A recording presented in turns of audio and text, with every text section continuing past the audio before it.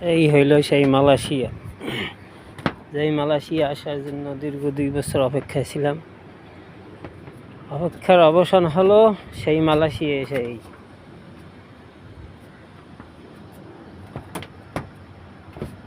ওই হইল বাজার, ওই লাল লাল বিল্ডিং দেখা যায়। আমি এসি 7 তলা উপরে, এই যে টিনের ঘর। এটা লম্বা প্রায় 200 হাত।